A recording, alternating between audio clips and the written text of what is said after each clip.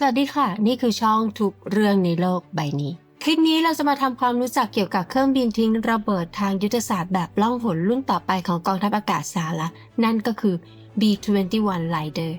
ซึ่งดึงดูดความสนใจจากทั่วโลกด้วยการบินครั้งแรกในเดือนพฤศจิกายนปีที่แล้วโครงการพัฒนา B-21 ได้รับการอนุมัติให้ดำเนินการในปี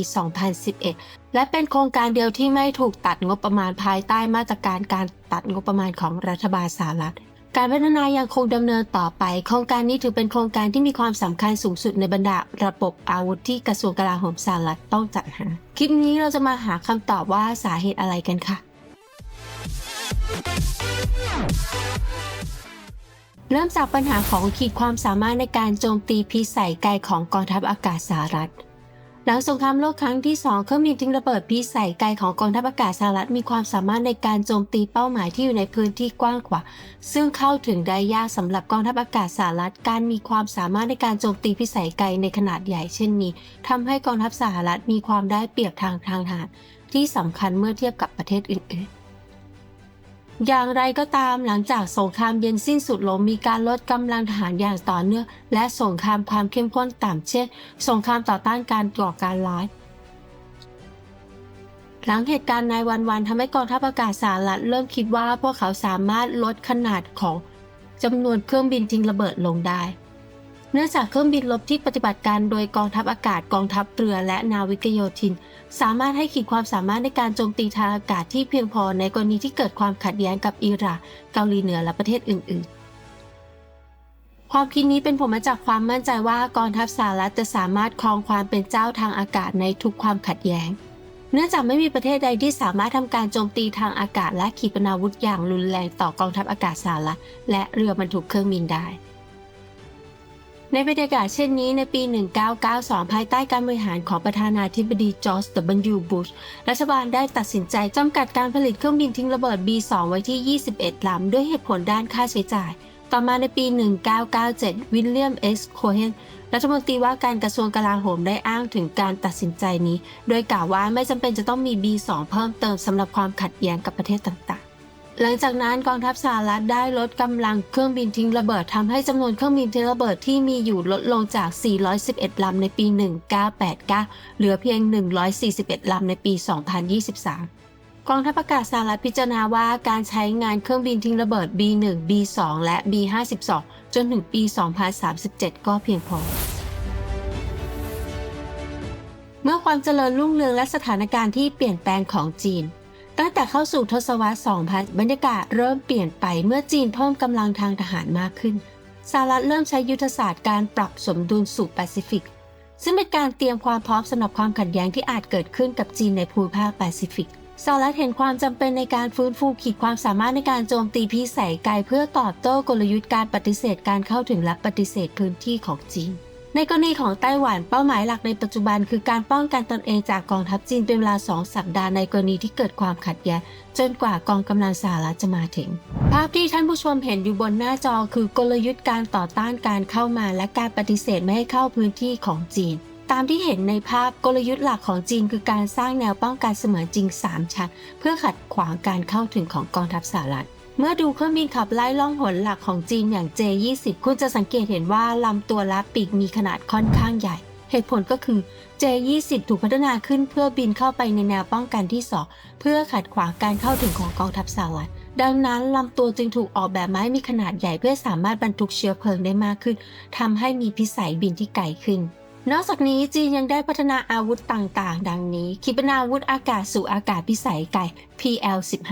ที่มีระบบค้นหาเป้าหมายด้วยเรดาร์แบบ Active ซึ่งสามารถบรรจุในช่องเก็บอาวุธภายในของเครื่องบินล่องหนได้ขีปนาวุธ PL-17 ที่ออกแบบมาเพื่อสกัดกั้นเครื่องบินเติมเชื้อเพลิงและเครื่องบินลาดตระเวนของกองทัพอากาศสหรัฐโดยมีพิสัยการยิงที่ทราบกันว่าอยู่ประมาณ400 กิโลเมตรขีปนาวุธต่อต้านเรือ DF-21Dขีปนาวุธล่อนต่อต้านเรือและโจมตีภาคพื้นดินระบบอาวุธไฮเปอร์โซนิกที่สามารถโจมตีฐานทัพและกองกำลังของสหรัฐที่อยู่แนวป้องกันที่1ในแปซิฟิกนอกจากนี้จีนยังได้เพิ่มจำนวนหัวรบนิวเคลียร์ที่ครอบครองทุกปีเ พื่อป้องกันเรือบรรทุกเครื่องบินจากขีปนาวุธพิสัยไกลของจีนจำเป็นจะต้องวางตำแหน่งเรือบรรทุกเครื่องบินห่างออกไปอย่างน้อย 1,850 กิโลเมตรถึงมากสุด 2,780 กิโลเมตรในกรณีนี้เครื่องบินรบที่ประจำการบนเรือบรรทุกเครื่องบินจะไม่สามารถปฏิบัติภารกิจได้อย่างมีประสิทธิภาพเนื่องจากข้อจำกัดด้านรัศมีการรบนอกจากระบบป้องกันภัยทางอากาศตามแนวชายฝั่งของจีนแล้วฐานขีปนาวุธเคลื่อนที่และอาวุธต่อต้านดาวเทียมที่อยู่ลึกในแผ่นดินจีนยังสามารถเคลื่อนย้ายได้ทำให้การโจมตีด้วยขีปนาวุธพิสัยไกลแบบเดิมมีประสิทธิภาพต่ำเมื่อเปรียบเทียบกับค่าใช้จ่ายจึงเกิดความต้องการเครื่องบินทิ้งระเบิดล่องหนพิสัยไกลรุ่นใหม่ที่สามารถบุกเข้าไปลึกในดินแดนข้าศึกเพื่อโจมตีเป้าหมายได้ในสงครามอ่าวเปอร์เซียกองทัพอากาศสหรัฐมีเป้าหมายการทิ้งระเบิดทางอากาศประมาณ 40,000 เป้าหมายแต่ในกรณีที่เกิดความขัดแย้งกับจีนคาดว่าจะมีเป้าหมายมากกว่า 100,000 เป้าหมายรวมถึงเป้าหมายตามแนวชายฝั่งและในแผ่นดินของจีนโครงการเครื่องบินทิ้งระเบิดรุ่นใหม่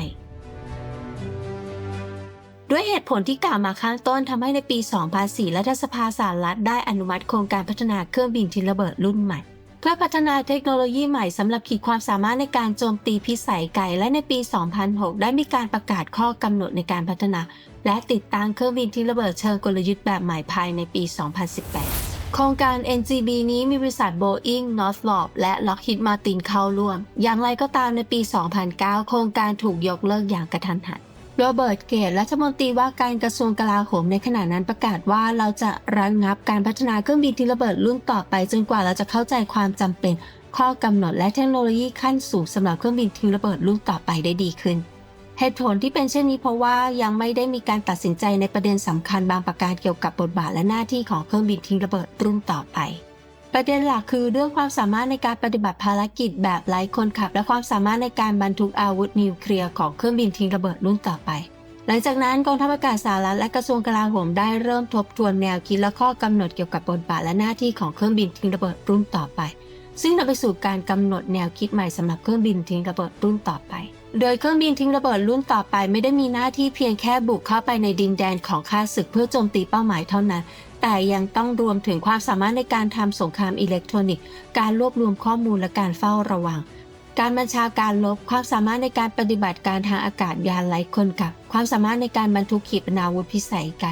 ขีปนาวุธรอนขีปนาวุธอากาศสู่อากาศและความสามารถในการบรรทุกอาวุธนิวเคลียร์จุดกำเนิดและคุณลักษณะของ B-21 จากแนวคิดใหม่ของเครื่องบินทิ้งระเบิดรุ่นต่อไปกองทัพอากาศสหรัฐได้ทำสัญญาพัฒนาเครื่องบินทิ้งระเบิดรุ่นใหม่กับบริษัท Northrop เมื่อวันที่ 27 ตุลาคม 2015 ซึ่งนำไปสู่การเกิดขึ้นของ B-21 Raider ทีนี้เรามาดูลักษณะเด่นของ B-21 กันค่ะชื่อ Raider นั้นมาจากกองกำลังพิเศษ Doolittle Raider ของกองทัพอากาศสหรัฐที่ทิ้งระเบิดเมืองสำคัญของญี่ปุ่นเช่นโตเกียวและโอซาก้าเพื่อตอบโต้การโจมตีที่เพิร์ลฮาร์เบอร์ในช่วงสงครามโลกครั้งที่ 2 เมื่อเปรียบเทียบกับเครื่องบินทิ้งระเบิดล่องหน B-2 สิ่งแรกที่สังเกตคือขนาดและรูปร่างของปีกที่แตกต่างออกไปการเปลี่ยนแปลงที่เห็นได้ชัดที่สุดคือรูปร่างปีกของ B-21 มีรูปร่างเป็นตัว W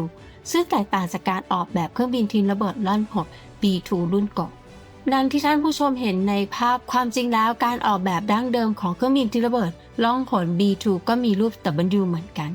ในช่วงแรกของการพัฒนาเครื่องบินทิ้งระเบิด B-2 เป้าหมายคือการพัฒนาเครื่องบินทิ้งระเบิดล่องหนที่สามารถเจาะเข้าไปในพื้นที่ที่มีระดับความสูงมากได้